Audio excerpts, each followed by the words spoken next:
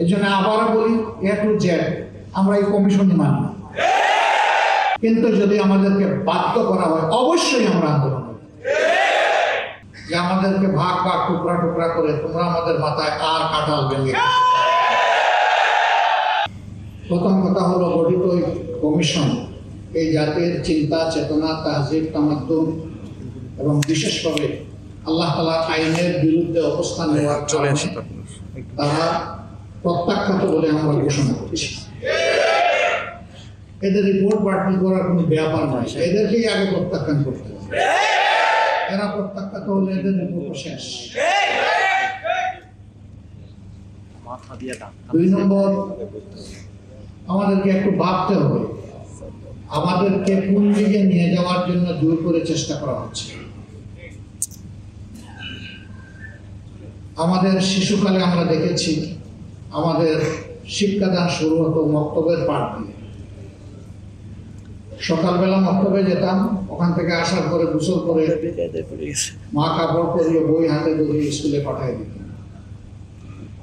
এখন খুবই পরিকল্পিতভাবে সবাই মক্তবের এই ধারাকে শেষ করে দেওয়া হয়েছে। বাচ্চা ঘুমাচ্ছে, তাকে কাঁদে ফেলে মা স্কুলের দিকে রওনা করেছেন, ওই মক্তবে যাওয়ার ওই সময় এটাই কেড়ে নেওয়া হয়েছে।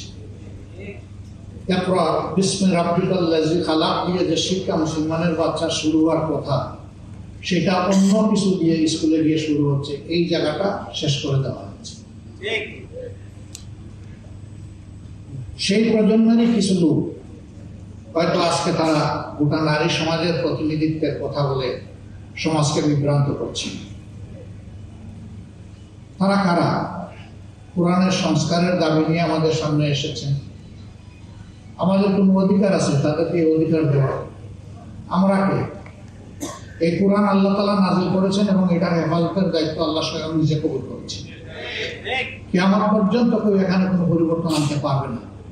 এরা এত দুঃসাহস কিভাবে দেখালো যে বাংলাদেশে কোরআনের আয়াত এরা পরিবর্তন করে ফেলবে? হ্যাঁ, নিশ্চয়ই তাদের পিছনের কোন শক্তি তাদেরকে উস্কানি দিচ্ছে। কেন এই মুহূর্তে উস্কানিটা কেন? এই সরকারের তো এটা এজেন্ডা হওয়ার কথা না। আরো বহু গুরুত্বপূর্ণ বিষয় রয়ে গেছে, ওগুলা বাদ দিয়ে ওগুলা নিয়ে কোনো কুল কিনারা নাই। হঠাৎ করে এটা সামনে নিয়ে আসা কেন? এর মূল কারণ স্বাধীন বাংলাদেশে 54 বছরে মানুষ যা আশা করেছিল পেয়েছে তার উল্টাটা। এই সমাজকে বিভিন্নভাবে কুড়ে কুড়ে ধ্বংস করা হয়েছে। এখন এদেশের দিনদার ইমানদার যে শক্তিটা জেগে উঠেছে, তাকে নিয়ে মানুষ নতুনভাবে স্বপ্ন দেখা শুরু করেছে। এই জায়গায় ইসলামের শক্তির মুখোমুখি আরেকটা শক্তিকে দাঁড় করিয়ে দেওয়া হচ্ছে, জনগণের দৃষ্টিকে ভিন্ন দিকে প্রবাহিত করার জন্য, নিয়ে যাওয়ার জন্য। অতীতের সকল চক্রান্ত এদেশের মুসলমানরা ঐক্যবদ্ধভাবে প্রতিহত করেছেন। ইনশাআল্লাহ এই চক্রান্ত টিকবে না, এটাও ভেসে যাবে ইনশাআল্লাহ। এরা শুধু আল্লাহ তাআলার কোরআন বিরোধী প্রস্তাবনা নিয়ে আসে নাই, এরা নিজেরা সহ বিরোধীও বটে। একদিকে তাদের ভাষায় তারা নারী পুরুষের সমান অধিকার চায়, আবার তারা বলতেছে সব জায়গায় এত % কোটা নির্ধারণ করতে হবে। এটা তো স্ববিরোধী হয়ে গেল না? অধিকার যদি সমান হয় কোটার প্রশ্ন আসবে কেন? যার যার যোগ্যতা প্রমাণ করে নিজ জায়গায় চলে যাও, তাইলে তো কোটার দরকার নাই। কোটা দেওয়া হয় পিছিয়ে পড়া বংশকে তাদেরকে সুযোগ দেওয়ার জন্য। নারীরা এই দেশে পিছিয়ে পড়ে নাই। নারীরা আমাদের মা, আমাদের বোন, আমাদের কন্যা, আমাদের ইজ্জত এবং সম্মানের প্রতীক। এরা তার সব কিছু তছনছ করে দিতে চায়। পরিবারে পরিবারে এরা দাঙ্গা লাগাতে চায়। এখানে প্রস্তাবনায় ম্যারিটাল রেপ বলে একটা কথা এসেছে। রেপ তো রেপই, রেপ তো দুইটা অসৎ পুরুষ আর নারী যখন একত্রিত হয় বিবাহ বহির্ভূত পন্থায়, সেটার নাম রেপ হবে। বিবাহিত জীবনে রেপের প্রশ্ন আসলো কেন? এর মাধ্যমে স্বামী স্ত্রীতে ঝগড়া লাগিয়ে আমাদের আদালতগুলোতে এই মামলা দিয়ে পরিপূর্ণ করে দেওয়া যায়। এরা সমাজের বিপর্যয়ের জন্য এই প্রস্তাবনাগুলো এনেছে। এই জন্য আবারও বলি এ টু জেড আমরা এই কমিশনই মানি। কিসের তারা বাড়ি কমিশন থাকলে রিপোর্ট হবে। যদি এই সংক্রান্ত নারীদের অধিকারের কোনো জায়গায় যদি পূর্ণ হয়ে থাকে, সেটাকে যদি আবার সামনে আনতে হয়, তাহলে অবশ্যই এ দেশের বেশিরভাগ মানুষের ঈমান, আকীদা, তাহজিব, তামাদ্দুনের উপরে যারা বিশ্বাস রাখেন তাদেরকে বাদ দিয়ে নয়, তাদেরকে প্রাধান্য দিয়েই কমিশন করবে। এই কমিশনে দুঃখজনকভাবে সেই রকম একজন নারীকেও রাখা হয়। এখানেই তো এটা পক্ষপাত দুষ্ট। আমরা এটা মানব না, আমরা সাফ কথা এটা মানব না। এর জন্য কোনো আন্দোলনে আমরা যেতে চাই না, কিন্তু যদি আমাদেরকে বাধ্য করা হয় অবশ্যই আমরা আন্দোলন করব।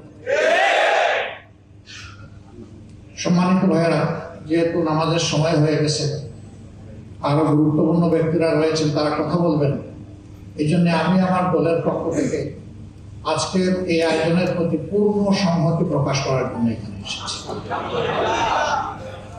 ইনশাআল্লাহ আমরা হাতে হাত ধরে দিন এবং সমাজের সকল কল্যাণকর কাজ একসাথে করব ইনশাআল্লাহ। এবং আমরা বার্তা দেব যে আমাদেরকে ভাগ ভাগ টুকরা টুকরা করে তোমরা আমাদের মাথায় আর কাঁঠাল ভেঙে। আল্লাহ তাআলা আমাদেরকে তৌফিক দান করুন। আমাকে এখানে দাওয়াত দিয়ে দুটি কথা বলার সুযোগ তৈরি করে দেওয়ার জন্য আমি আবারও আয়োজক সংস্থার প্রতি আমার গভীর কৃতজ্ঞতা জ্ঞাপন করছি এবং রাব্বুল আলামিনের দরবারে তৌফিক চাচ্ছি সকল ষড়যন্ত্রের বিরুদ্ধে আমরা বুক টান করে, বুককে শক্ত করে, মহান রবের উপর ভরসা করে আমরা যেন সব ষড়যন্ত্র মোকাবেলা করতে পারি। আল্লাহ যেন তৌফিক দান করেন ইনশাআল্লাহ। আগামীর বাংলাদেশ হবে ইনসাফের বাংলাদেশ, যার উত্থান দেখানোর জন্য আজকে এই সুরসুরে দেওয়া হচ্ছে সেই কোরআনের বাংলাদেশ। সবাইকে ধন্যবাদ। আসসালামু আলাইকুম ওয়া রাহমাতুল্লাহ। দেশের পাশে, বিশ্বের সাথে, মেট্রো টিভি।